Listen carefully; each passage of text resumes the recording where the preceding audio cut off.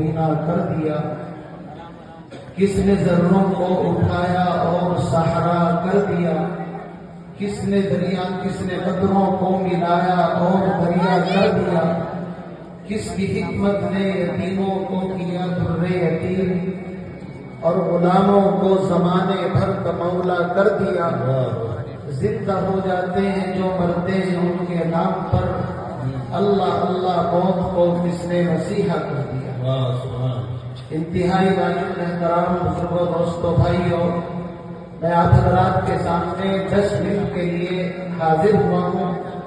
ظاہر بات ہے 10 منٹ کے اندر اپنے معافی شریعت کو ادا کرنا اور آپ حضرات کے قلوب تک اس بات کو پہنچانا یہ تو کسی بڑے اہل فن ہی کا کام ہو سکتا ہے، تو مجھ جیسا طالب علم تو نہیں کر سکتا۔ لیکن بہرحال وقت کی قلت دامنگیر ہے ہمارے اسٹیج پر۔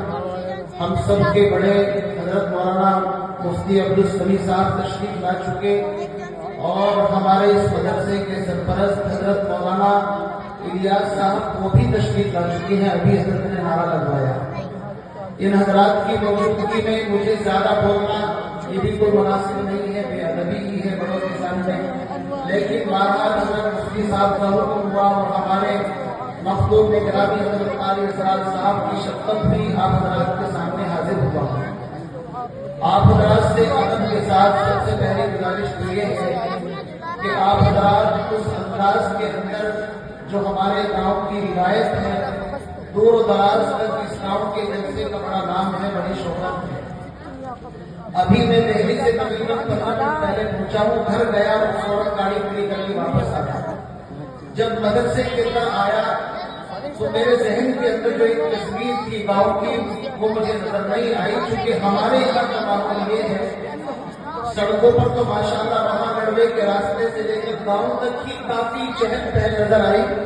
ایک مہمان کی ساتھ ہے دہلی سے، وہ کہنے لگے بھائی کوئی پروگرام ہے کیا ہے؟ میں نے کہا کہ ہمارے یہاں جلسہ ہے، اور جب جلسہ ہوتا ہے تو یہاں عید سے کم خوشی نہیں ہوتی جلسے کی، کہ محسوس تو ایسے ہی ہو رہا ہے۔ لیکن جب مدرسے کے اندر یہاں پر پہنچا تو اتنے بڑے گاؤں کی اگر مردم شماری کو شمار کیا جائے تو یہ مشکل سے 1-1.5% بھی مجمع نہیں ہے۔ 1.5% ہوگا، 1.5 یا 2% بھی حضرات یہاں پر نہیں ہے۔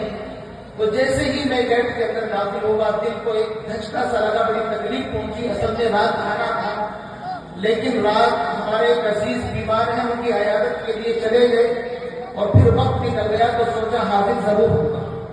بہرحال بڑا دکھ ہوا ہے، لیکن اگر آپ حضرات توجہ کے ساتھ، اخلاص کے ساتھ انشاءاللہ ان اکابر علماء کی باتوں کو سنیں گے تو یقیناً ہو سکتا ہے کہ اللہ رب العزت اس کی تلافی کی کوئی نہ کوئی شکل فرمائے۔